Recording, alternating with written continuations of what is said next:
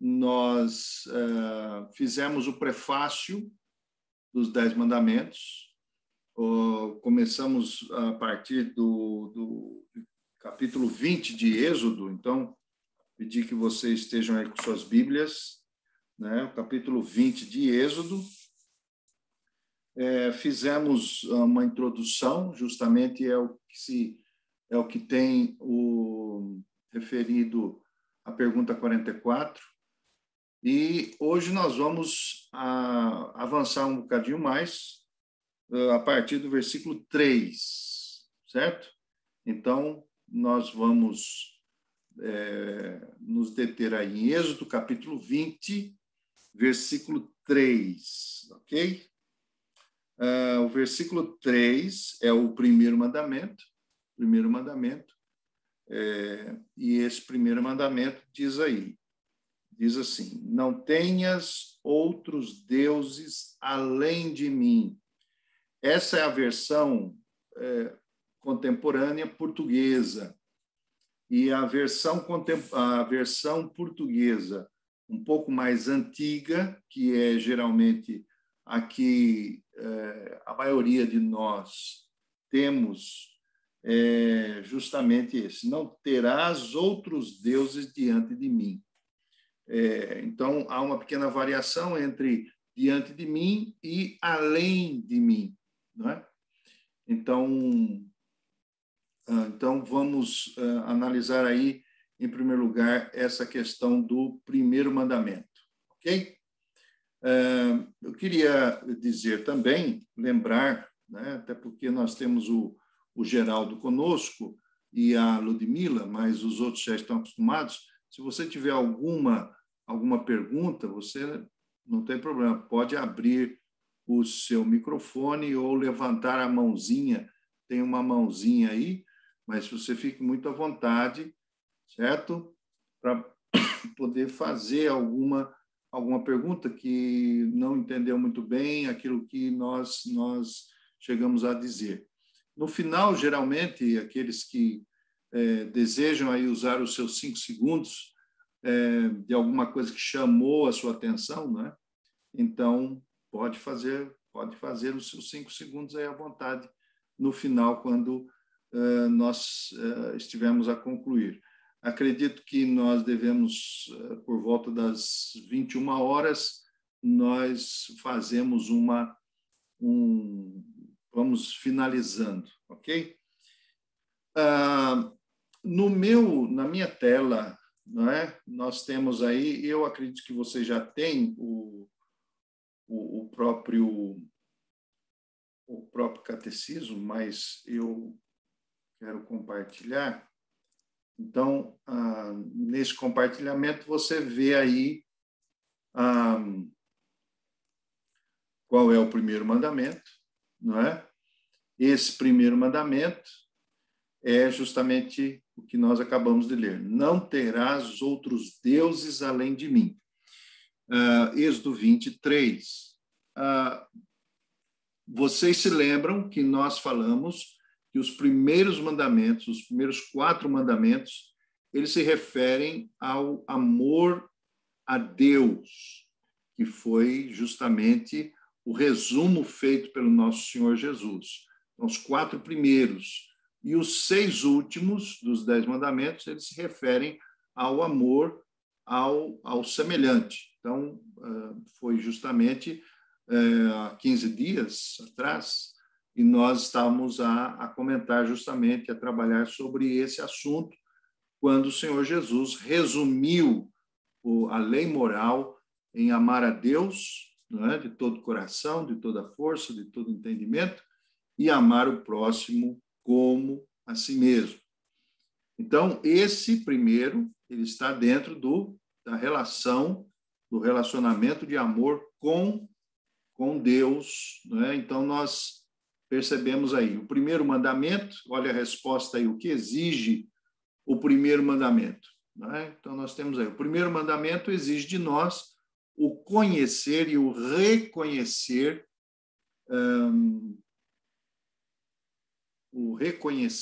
a Deus como o único Deus verdadeiro e nosso Deus, e como tal, adorá-lo. Então, esse é a busca de explicar essa exigência desse mandamento, não é?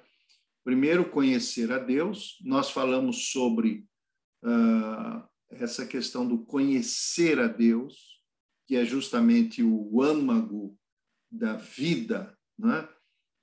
Nosso Senhor Jesus chegou a dizer que a vida eterna é esta, que te conheçam a ti como o único Deus, não é? E a Jesus a quem enviaste. Então, isso está em João, capítulo de número 17, versículo 2. Então, nós comentamos já esse versículo. Então, a exigência, né, é que possamos reconhecer e conhecer a Deus como o único Deus verdadeiro.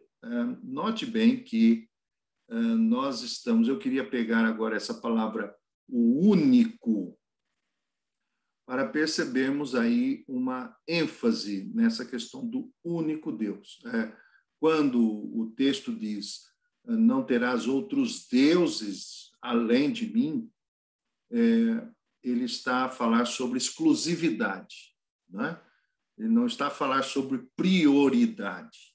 Isso é bem importante que nós façamos essa distinção, essa exclusividade e não apenas prioridade. As pessoas, como nós vivemos numa sociedade extremamente racionalista, nós temos sempre a tendência de dissecar, colocar, elencar, né? Primeiro, segundo, terceiro, quarto. Mas não é o caso aqui dos 10 mandamentos. Os 10 mandamentos Deus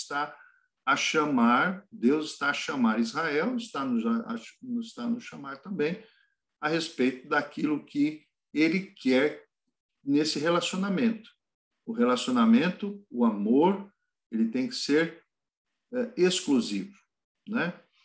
Vamos ver, por exemplo, o que nos traz aí o texto de Deuteronômio 26. Vamos dar uma olhadinha. Eu não sei se vocês todos têm Bíblia, mas eu vou aproveitar e vou ler aqui o Deuteronômio 26, versículo 17, e é justamente o capítulo 26, versículo 17. Não é? Veja só o que diz aí. Eu vou deixar de compartilhar minha tela para poder ver vocês, ok? Veja o que diz aí, o versículo 17. Hoje, essa é a palavra que Deus está a dizer através de Moisés, né? Hoje declaraste ao Senhor que te será por Deus e que andarás nos seus caminhos e guardarás os seus estatutos e os seus mandamentos e os seus juízos e darás ouvidos à sua voz. Né? Veja que os 10 mandamentos, ele vai nos chamar a atenção a essa exclusividade da centralidade de Deus. Outro aspecto também que me chama a atenção é justamente essa questão da palavra Deus para nós. Ou por quê? Porque quando nós falamos em único Deus, e da onde surge, por exemplo, a crença do monoteísmo, não é? O monoteísmo, se você for buscar aí a origem da adoração, você vai ter o politeísmo e o monoteísmo. O monoteísmo é a prática da adoração de um só Deus. Né? Note bem que, eu quero agora chamar a atenção sua porque o que ocorre com o cristianismo é uma variação ou uma ampliação do que nós chamamos de monoteísmo, porque os judeus, né, eles são chamados de monoteístas. Porém, coisa que nós já estudamos lá no início acho que foi no início do ano, quando estávamos a falar sobre a Trindade. Nós não somos um monoteísmo puro. O que eu quero dizer com isso? Eu quero dizer que nós não temos um Deus como os judeus têm. Nós temos um Deus, o Deus, né, que subsiste em 3 pessoas. Percebe? Então, coisa que isso não pode acontecer no judaísmo. O judeu não acredita em 3 personalidades. Um Deus que subsiste em 3 personalidades. O judeu só acredita que o único Deus é Javé, não é? Ou é o Pai, né? O Deus Pai. Mas quando você comenta a respeito do Deus que se faz, que subsiste, né, eternamente em 3 pessoas, então eles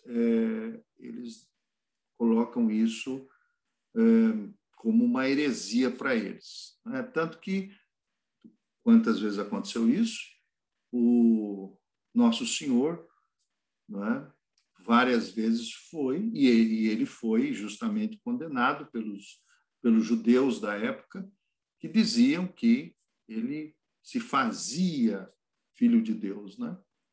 Então, quando nós estamos a fazer uma ponte, estamos fazendo uma ponte para o nosso tempo, em relação ao cristianismo, nós estamos a perceber que esse único Deus, ele não é o único Deus dos judeus, mas é o único Deus dos cristãos. Percebem isso? Então, isso é importante para nós. Ok? Um pouco mais além, né, nós temos aí uma pergunta, né? O que proíbe esse mandamento? Ele exige, por exemplo, adoração, ele exige conhecimento, ele vai exigir exclusividade. Essa palavra ela é importante para nós. Mas agora, o que ele proíbe? O primeiro mandamento vai proibir-nos de alguma coisa, porque ele inicia falando sobre não terás outros deuses. Quer dizer, é uma negativa. Existe uma positiva e existe uma negativa. A negativa é justamente o que a própria resposta do nosso catecismo nos traz aqui. Deixa-me fazer aqui o compartilhamento da tela e você vai perceber aí qual é a proibição aí. Veja aí. A Keren pode ler para nós, Keren? Você tem condição de ler aí a resposta da pergunta 47? Sim, senhor pastor. Então, vamos aproveitar, Keren. Qual é a sua resposta? Pode ser só a resposta. O primeiro mandamento proíbe o negar ou deixar de adorar ou glorificar ao verdadeiro Deus como Deus e nosso Deus, e dar a qualquer outro a adoração e a glória que só a ele são devidas. Muito bem. Vamos para um texto bem focado nessa questão. Vamos abrir na carta de Paulo aos Coríntios. Desculpe, aos Romanos. Paulo aos Romanos. Então, vamos abrir no Novo Testamento, capítulo 1, versículo 20 e 21. O apóstolo Paulo vai justamente falar sobre isso. Romanos, capítulo 1, versículo 20 e 21. Naturalmente, ele está a dizer aqui sobre uma consequência daqueles que acabaram por rejeitar a Deus e, naturalmente, a Cristo também, né? Vamos ver aí. A Margarete tem aí condição de ler para nós? Sim. Romanos 1, 20 e 21. Pois desde a criação do mundo, os atributos invisíveis de Deus, seu eterno poder e sua natureza divina têm sido vistos claramente, sendo compreendidos por meio das coisas criadas, de forma que tais homens são indesculpáveis. Porque, tendo conhecido a Deus, não o glorificaram como Deus, nem lhe renderam graça, mas os seus pensamentos tornaram-se fúteis, e os seus corações insensatos se obscureceram. Então, veja que coisa interessante. O apóstolo ele fala aqui, obrigado, Margarete. Ele está a dizer aqui sobre como é que se pode perceber Deus ou essa divindade, não é? E o versículo 20 nos mostra 3 meios pelos quais os seres humanos eles percebem ou podem perceber, não é?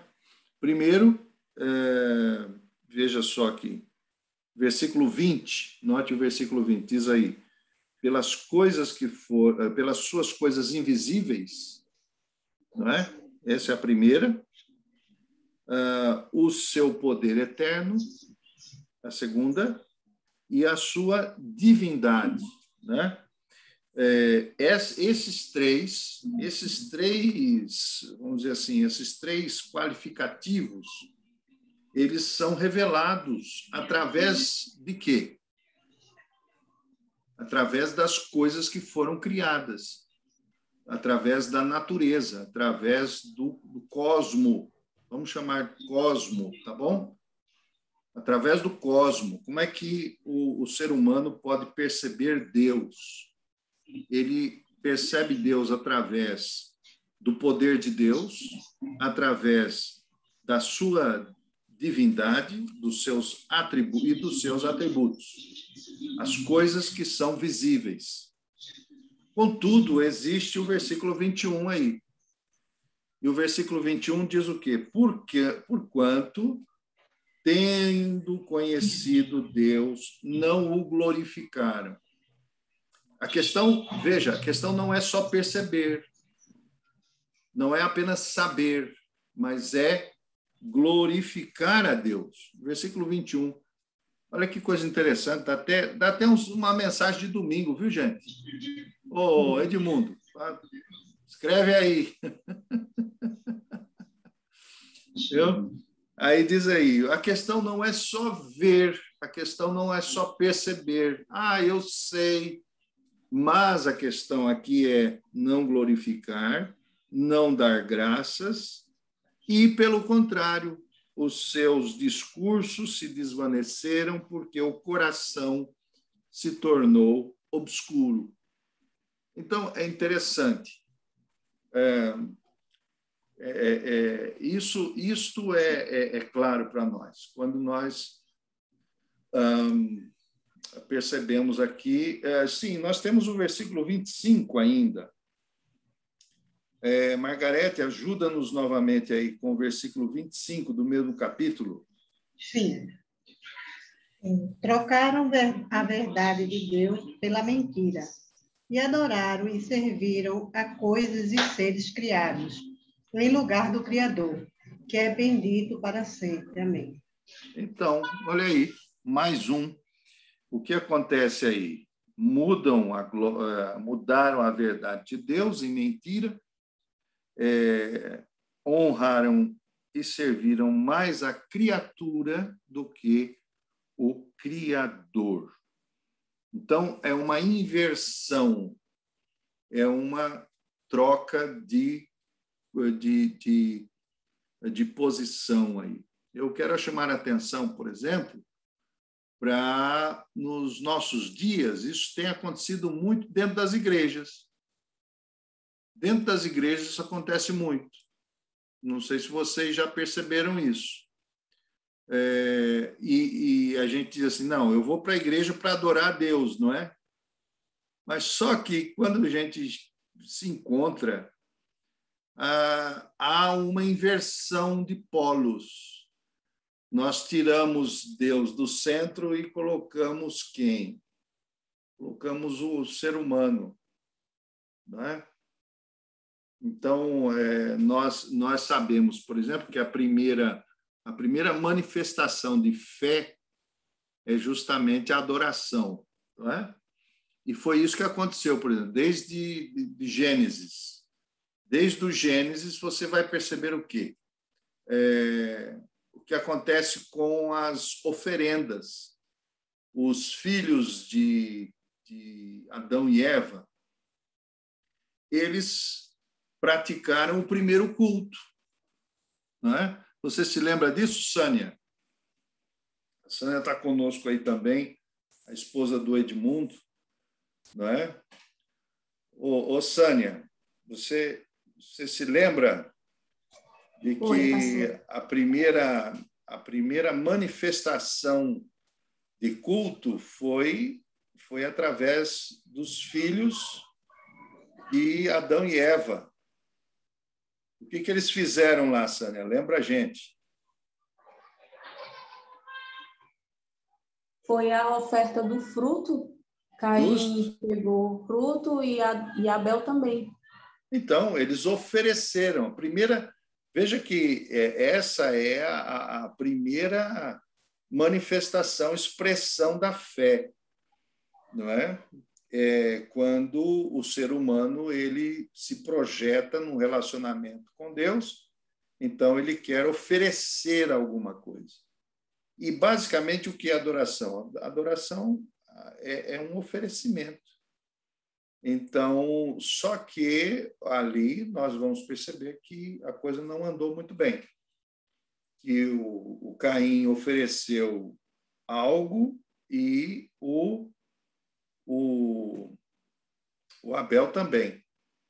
E Deus não aceitou a oferenda de Caim, o culto de Caim, e aceitou o culto de Abel. Qual foi a diferença? Será que é porque Abel estava a oferecer algumas coisas melhores do que a de Caim? O que vocês acham? Vocês conseguem detectar? A diferença foi que um deu de todo o coração aquilo que queria, que realmente tinha. E o outro deu aquilo que sobrou. Vânia, muito bem. Sim. Vamos verificar a prova disso. Vamos a Hebreus, a carta aos Hebreus. E a carta aos Hebreus vai explicar bem para nós o que ocorreu ali. Então, veja só, nós estamos falando daquilo que o mandamento nos proíbe, né? A trocar, tirar Deus da sua posição e colocar outra coisa ali. E agora nós estamos a falar sobre o que levou neste culto de Abel e de Caim ele receber um e não receber outro. Hebreus 11, vocês se lembram o que diz Hebreus 11? Vou pedir aí quem que pode nos ajudar aí? A Sânia pode ler para nós, Sânia? Hebreus 11, 4. Hebreus 11, 4. O que nos diz aí? Hebreus 11, 4 diz assim: Pela fé, Abel ofereceu a Deus mais excelente sacrifício do que Caim, pelo qual alcançou o testemunho de que era justo, dando Deus testemunho das suas ofertas, e por meio dela, depois de morto, ainda fala. Olha, então qual foi a grande diferença? Foi a quantidade de oferta? Não. Foi o tipo de oferta? Não. Quem responde? Foi a inclinação do coração. Foi a inclinação do coração que se chama Fé. fé. Ok. Pela fé. Está escrito aí, ó. Pela fé, Abel fez o quê? Ofereceu um sacrifício melhor. Então, a grande diferença entre os dois sacrifícios, entre os dois cultos, foi a fé. Um teve fé e o outro não teve. Não é? Então, o que nos diz o Keren? O que nos diz aí o versículo 6 do mesmo capítulo? Você está aberto aí, a Bíblia aí?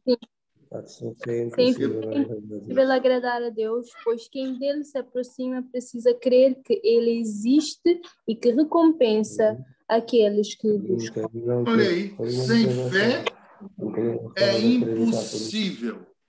Então, é impossível. Percebe aí, Geraldo? Geraldo está conosco aí? Ainda? Deve estar, não é? Sim, pastor, estou. Pois, tá, muito obrigado. Então, essa é a grande diferença. Só que o que ocorre? Ocorre que hoje as pessoas estão indo à igreja para adorar algo que não seja o Deus que está no centro. Então, nós invertemos, colocamos a criatura no lugar do Criador. Naquela época primitiva, eles colocavam aves, quadrúpedes, répteis, e o que se fazia? Adoravam os animais, adoravam os astros, coisa que ainda hoje se permite adorar os astros, né? É interessante que eu já percebi, né? Já percebi muito essa questão assim. Você é crente? Eu sou. Mas eu sou de Gêmeos. E você? Eu sou de Touro. Eu sou de Escorpião. Não, mas eu sou de... Como é que diz? Eu sou de, sei lá, esses horóscopos da vida aí, não é? Veja que coisa estranha, né? Porque quando nós dizemos assim, eu sou de Gêmeos, ou eu sou de Peixes, o que nós estamos indiretamente dando parecer? Nós estamos dando parecer que a constelação de Peixe, faz parte do horóscopo, né? Da astrologia, a constelação de Peixes ou de Touros, ou a constelação de determinado, seja lá o que for, né? No caso dos horóscopos e da constelação, tem influência sobre nós, não é? Então, veja que isso é muito importante para nós.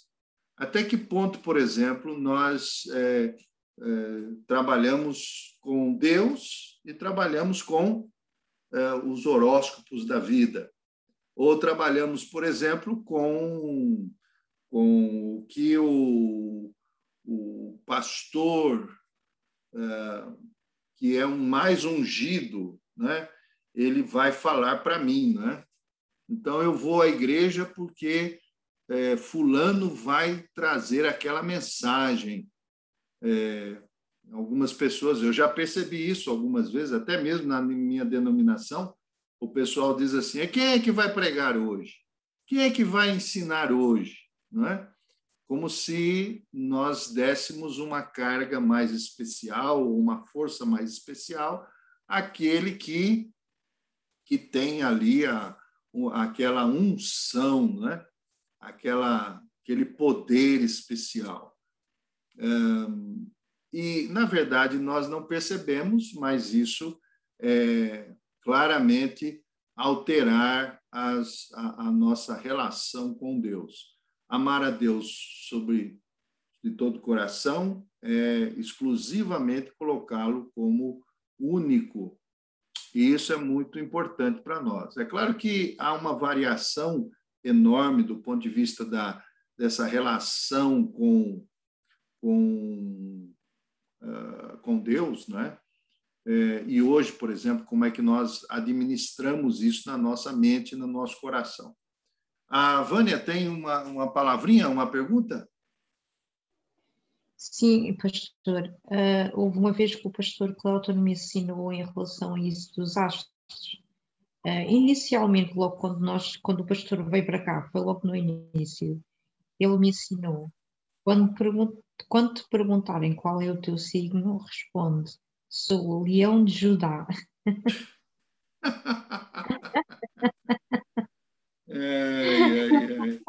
Isso é muito engraçado. Mas, embora que ali não há constelação, né? Exatamente por isso mesmo. Ali não tem constelação nenhuma. Mas vamos em frente, podemos caminhar um bocadinho mais? Tá tudo bem aí? Alguma coisa que chamar a sua atenção, por favor, não deixe de levantar a mão, ok? Vamos em frente. A pergunta 48 nos diz aí uma coisa interessante. Qual é o ensino disso para nós? Não é? Qual é o ensino? O que se nos ensina, especialmente essas palavras, além de mim? Ou, em outra versão, diz diante de mim. Então, as palavras, esse termo, né, além de mim, pode nos ensinar que Deus vê todas as coisas, né? Ele tem conhecimento e, naturalmente, ele conhece o nosso coração. Por isso que, quando nós estamos a dizer ou a falar para nós mesmos que adoramos a Deus, que colocamos-lo como primeiro, ou melhor, como exclusivo, é muito importante que o nosso coração seja extremamente honesto, sincero, né? O Salmo 139, eu acho que você pode também abrir aí o Salmo 139, e o Salmo 139 nos diz o quê? Nós não vamos ler todo o Salmo, porque ele é vasto, ele é longo, mas o Salmo 139 e os versículos 1 a 3 revelam justamente essa característica de Deus. Não é? Geraldo, você está com a sua Bíblia aí? É possível você ler para nós? Sim, pastor. O Salmo 139, 1 a 3. Faz favor. Só que abrir Salmo 139, de 1 a 3. Deixa aqui. O que nos diz aí esse Salmo? Aqui, já está aqui. 139. Ok. 139. De 1 a 6 ou a 3, pastor? A 3. Ok. Capítulo 1. Para o regente de Davi, uma melodia. Senhor, tu me sondaste e tu me conheces. Tu conheces o meu assentar e o meu levantar. De longe entendes o meu pensamento, cercas o meu andar e o meu deitar, e conhece todos os meus caminhos. Palavra do Senhor. Muito bem. Veja essa questão da exclusividade, né? Perceba aí que Deus conhece.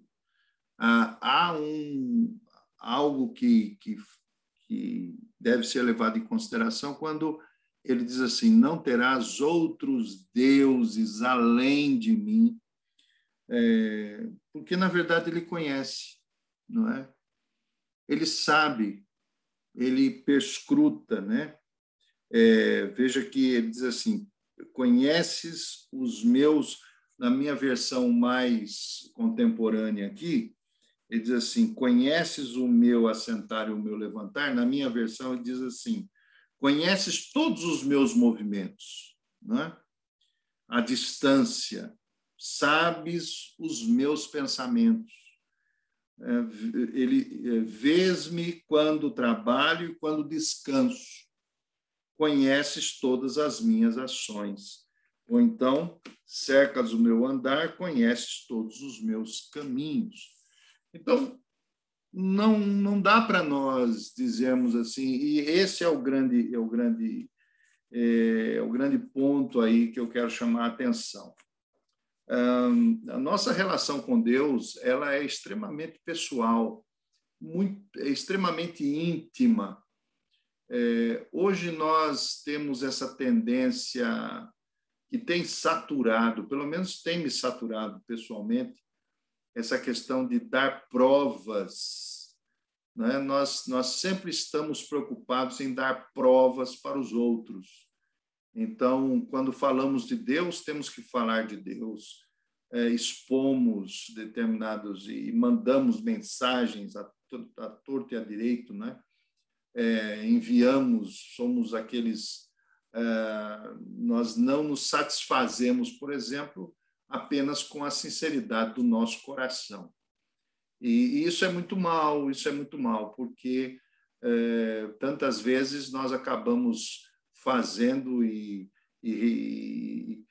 repetindo, e essas divulgações, transmissões, as pessoas hoje elas são fruto de um tempo super, hiper, as pessoas não têm mais tempo, né?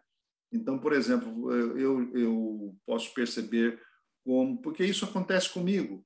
Por exemplo, eu recebo diariamente mensagens e mensagens. E se eu for me deter a ler uma mensagem e a pensar sobre ela, cada mensagem me tiraria, por exemplo, se eu fosse levar em consideração. Mas é impossível, porque nós estamos tão saturados de mensagens e mensagens. Hoje, por exemplo, o Deus do nosso século chama-se internet, né? E nós somos extremamente saturados. E essa saturação, ela nos cansa e tira o nosso foco. Então, quando o texto diz aí, não terás outros deuses diante de mim,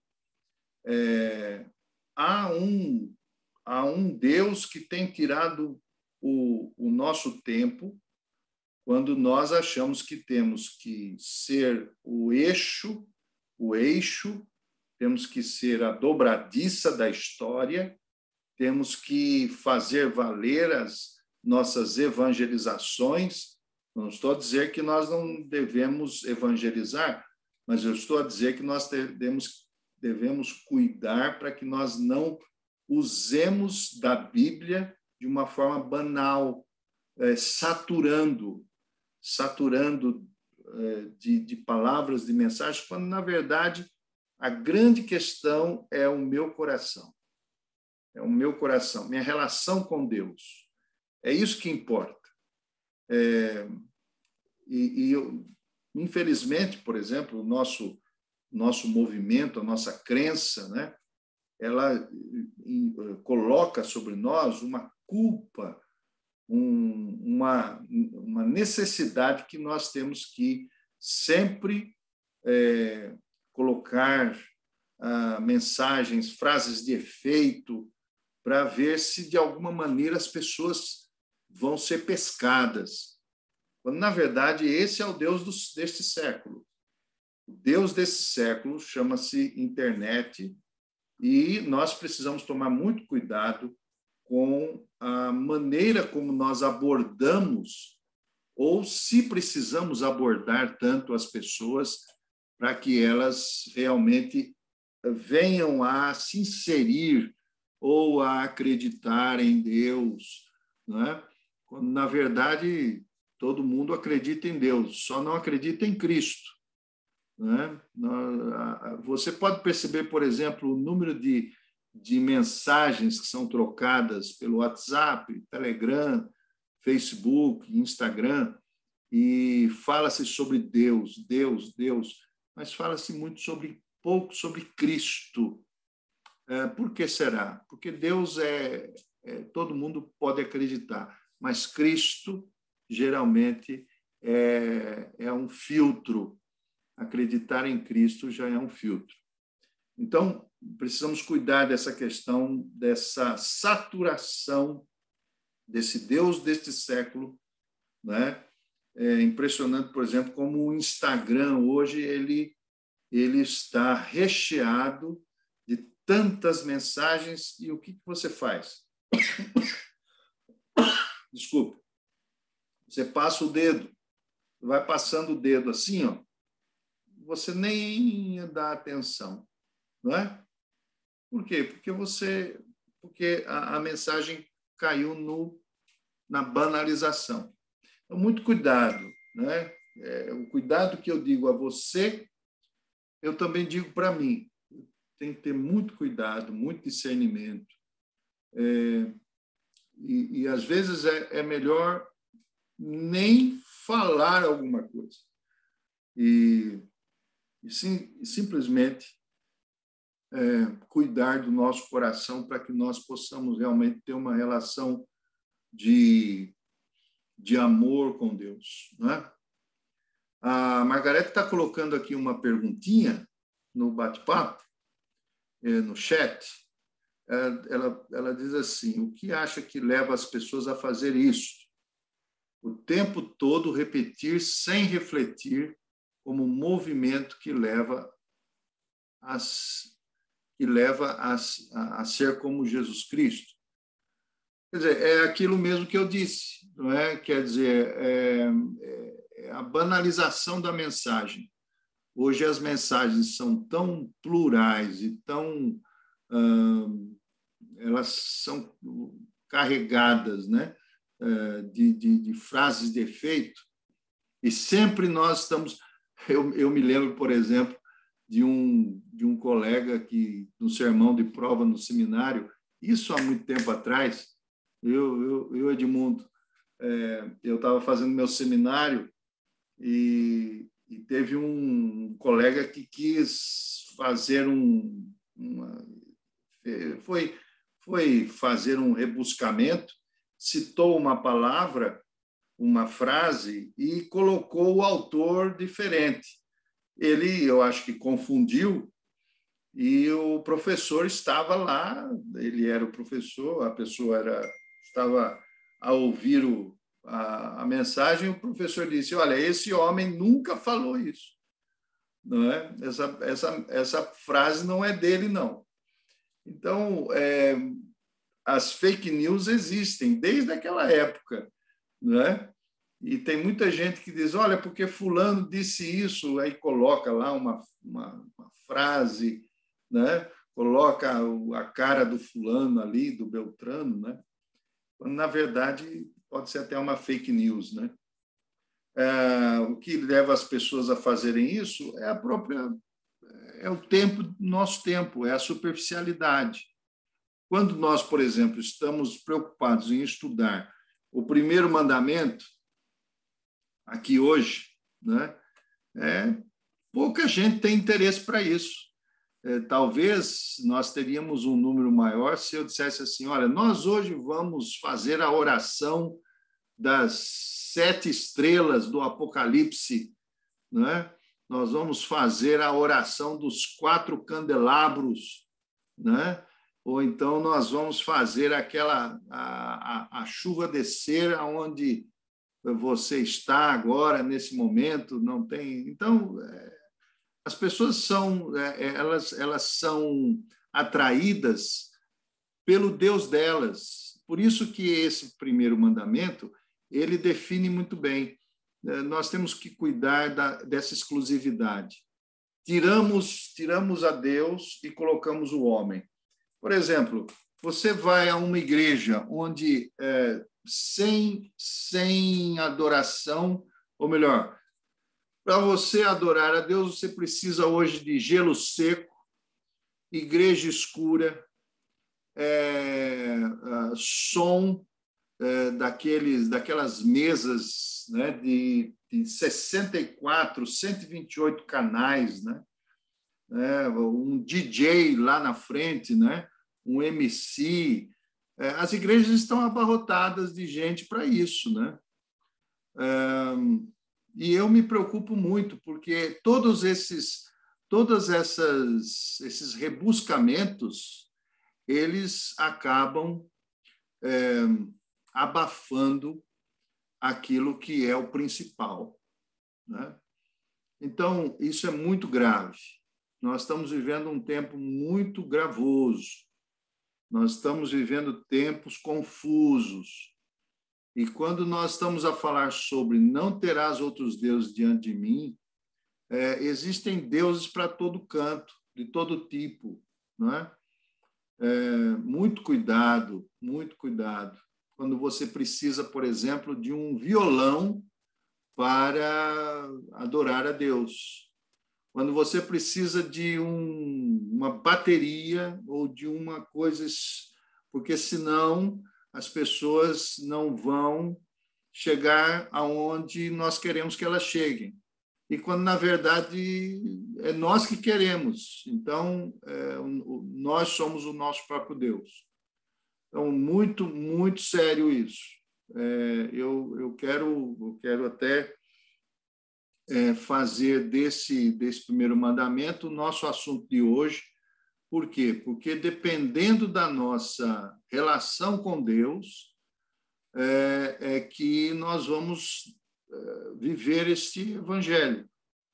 E o evangelho de Deus é muito simples, não é? Por exemplo, o evangelho começa a dizer: felizes são os pobres de espírito, porque deles é o reino dos céus. O evangelho diz: bem-aventurados os mansos, porque herdarão a terra. Bem-aventurados os que têm fome e sede de justiça, porque serão fartos. Bem-aventurados os que promovem a paz, porque serão chamados filhos de Deus. Bem-aventurados os limpos de coração, porque verão a Deus. Então, aí que está. Eu vou pegar essa bem-aventurança e vou me fixar nela. Bem-aventurados, felizes os limpos de coração, porque verão a Deus. Para ver a Deus é necessário o coração. E o coração miserável. Primeiro argumento de Jesus. Então, nós hoje estamos assim abarrotados de tantas coisas que eu não sei se Deus está nessas coisas aí. Eu sei que cada um de nós temos a maneira de adorar a Deus, mas muito cuidado quando nós recheamos demais, não é? Havia uma escola de homens e mulheres de oração, isso por volta do primeiro e segundo século da nossa era cristã, quer dizer, o evangelho chega no primeiro século, entramos no segundo século. Quando a gente entra no segundo século, existe um grupo de pessoas que eles são chamados de pais do deserto, ou pais e mães do deserto, porque havia mulheres também. Eles deixaram as cidades e foram para o deserto, e foram viver no deserto para aprenderem a conhecer a Deus, porque a cidade estava, já naquela época, no primeiro século, tão cheia de tantas coisas, e eles tomaram a decisão de entrarem nas cavernas, não somente para se proteger da perseguição. Por exemplo, você vai à Capadócia é lá na Turquia. Na Capadócia você vai ter inúmeras cavernas, e essas cavernas, existe uma região ali na Capadócia, e essas cavernas foram feitas pelos cristãos, porque eles se protegiam e, ao mesmo tempo, essas cavernas serviam para adorar a Deus. E então, eu diria assim, nós estamos precisando de um tempo de caverna, irmãos. Aprender a adorar a Deus, conhecer a Deus em oração. Eu não sei se vocês já leram a história de um homem chamado Antônio, que, na verdade, depois a Igreja Católica Romana ela foi chamar de Santo Antão, porque Antão significa grande Antônio, né? E esse Antônio, ele tomou a decisão, e ele viveu ali no segundo século, logo depois dos discípulos dos apóstolos, né? Nós temos João, temos Pedro, eles morreram, vieram os discípulos desses apóstolos, e então foi se gerando outras pessoas que são chamadas de pais do deserto, outros são chamados de pais da igreja. Mas esse Antônio, ele era extremamente abastado, era extremamente rico, e ele foi e ouviu o evangelho dizendo: vai, vende tudo que tem, dê aos pobres e me siga. Ele toma uma decisão radical na sua vida, faz justamente, literalmente, o que esse versículo estava a dizer, as palavras de Jesus. E ele passa 20 anos no deserto. Ele vai ter inúmeras lutas pessoais, espirituais, tudo mais. Mas depois de 20 anos no deserto, ele sai da caverna e volta para a cidade. E ele vai passar 20 anos na cidade. Veja que coisa interessante. Ele passa 20 anos na cidade ajudando refugiados, ajudando pessoas sofridas, ajudando pessoas que estavam pelas ruas. E depois de 20 anos na cidade, ele volta para o deserto, onde ele vai morrer. Ele é chamado de Antônio o Grande. Depois a Igreja Católica acabou venerando esse homem, mas a história de vida desse homem é impressionante. Quer dizer, nós precisamos rever alguns pontos importantes sobre a nossa vida e a nossa maneira de adorar a Deus, ok? Meus irmãos, já são 21h15. Vamos tirar aí 5 segundos para ouvir vocês. 5 segundos de cada um. Eu gostaria de pedir os meus 5 segundos para o pastor repetir essa história que estava falando sobre o Antão, porque chegou um indivíduo aqui e botou a música tão alta. Achando que era o dono da rua. Achando que é dono da rua, eu fui falar com ele, a gente não ouviu nada. Oh, meu irmão. Os nossos 5 segundos aqui. Por favor. Por favor. Então, eu estava falando sobre Antão, né? Antônio o Grande, porque Antônio Grande é justamente alguém que vivenciou a sua fé numa adoração muito, para nós hoje, seria uma pessoa extremamente um mendigo, né? Um maluco, né? Ele é fruto desse trabalho inicial da igreja cristã, e ele vai justamente viver no Egito. E lá no Egito ele vai ouvir uma mensagem, as palavras de Jesus ao jovem rico, dizendo: vai, vende tudo que tens, dá aos pobres e me segue. Ele era muito abastado, era rico, ele literalmente toma a decisão de deixar tudo, dar aos pobres tudo que tinha, todas as propriedades que tinha, e então ele vai viver 20 anos no deserto, dentro das cavernas. E lá ele vai ter uma vida de luta espiritual, grandes lutas pessoais, não é? E depois de 20 anos de trabalhos, de trabalho pessoal, de relacionamento com o Deus, Deus sozinho, ele vai voltar, depois de 20 anos, ele volta para a cidade e vai, então, estender as mãos àqueles que são pobres, miseráveis, que viviam nas ruas, que eram marginalizados, e vai passar 20 anos ali. Ele faz 20 anos de grande luta pessoal, sozinho, e depois, então, ele vai para a cidade, passa 20 anos ajudando aquela gente, e depois de 20 anos ele volta para a caverna e vai morrer, né? São expressões assim, ou experiências assim. É claro que ninguém precisa ir para a caverna, não é? Ou, se quiser, pode ir também. Eu já disse aqui a Raquel que aqui a gente vive no pé da Serra da Estrela. A Serra da Estrela é altíssima, deve ter alguma caverna aí. Qualquer dia eu vou me enfiar nessas cavernas aí. Mas, é claro, o propósito desse assunto que eu quis trazer para nós é a legitimação de uma adoração verdadeira, honesta, pessoal, sincera, e que nós não precisamos desses rebuscamentos, dessas coisas que hoje as pessoas são influenciadas e levadas para dizer: eu preciso adorar a Deus.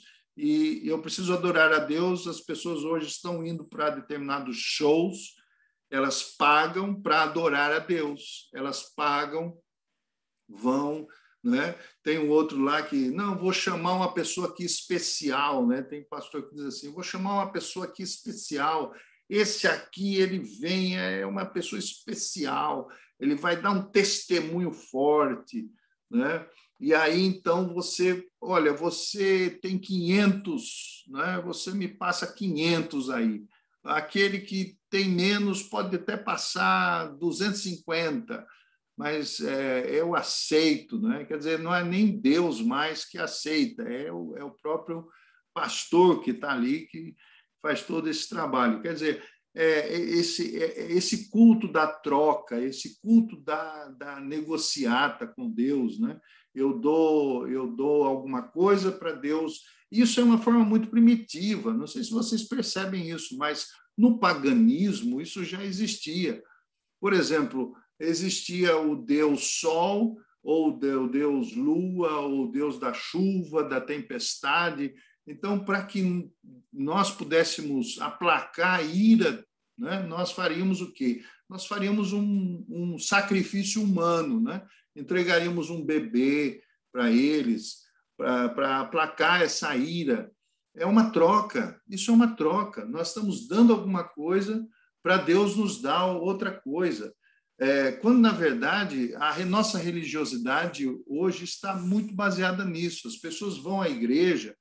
Por quê? Porque estão desempregadas, precisam de emprego, precisam de saúde, precisam disso, precisam daquilo, quando, na verdade, Deus não depende disso, ele depende do teu amor, ele depende da tua dedicação exclusiva, do prazer, ele tem prazer em receber, através de Cristo, a sua vida.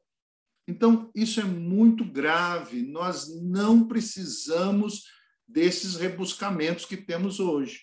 Por isso, nós temos que tomar cuidado quando somos influenciados ou quando nós ouvimos determinadas chamadas, seja na internet, televisão, né? Tivemos aqui o desprazer, por exemplo. Eu tive o desprazer, fiquei com vergonha. Eu fiquei com vergonha de ouvir na televisão um deputado, um parlamentar aqui de Portugal, dizendo, veja só, dizendo a respeito da Igreja Maná. A Igreja Maná aqui, em Portugal é uma igreja de linha neopentecostal, e onde o próprio o parlamentar dizendo que o líder dessa igreja era ou se sentia o próprio Deus. Não é? Quer dizer, é uma vergonha. Eu não faço parte disso. Eu não dependo dessa gente. E eu nem quero ser vinculado ou nominado como essa turma. Não é? Infelizmente, o mundo, o que ele faz? Ele pega o ser evangélico e coloca evangélico. Aqui todos são evangélicos. Aqui em Portugal, todo mundo é evangélico. E todo mundo entra nessa grande... Né? Lá no Brasil, lá em Recife, nós temos o balaio. Eu não sei se lá em Cabo Verde tem o balaio, né? Mas eu não sei se lá na Angola também tem o balaio. Mas todo mundo entra no balaio, entende? E eu quero dizer que eu não faço parte desse balaio, não. Mas é isso aí, meus irmãos. É essa a história do Antão e precisamos cuidar do nosso... Já foi mais de 10 segundos, viu, Edmundo? Sim, senhor, muito obrigado. Eu fiquei agradecido por isso. Eu estava aqui comentando com a Sânia também que, normalmente, hoje é um problema grave. A gente na internet, a gente vai passando, vai vendo cada uma, mas o nosso espírito mesmo não coaduna com aquelas coisas. Então, a gente vai correndo o dedo. Tem as coisas, às vezes, simples, tu vê e tu recebe aquela mensagem. Mas hoje, todo aquele que vem com estrondo, ou vem com pompa, circunstância, a gente fica logo assim de orelha em pé e vai passando essas coisas porque é perigoso. E graças a Deus por esse estudo de hoje. Foi um estudo muito bom. Tem que cuidar. Nós aprendemos muita coisa.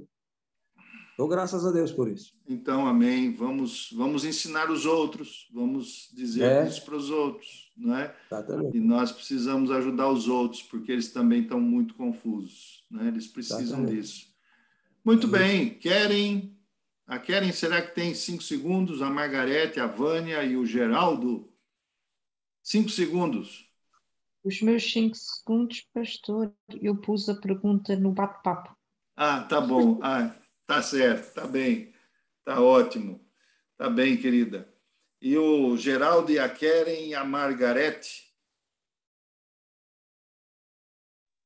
Pastor, sem os 5 segundos. Muito obrigado pela mensagem. Nada a resistir. Tá bom, tá bem, meu irmão. E a Margot?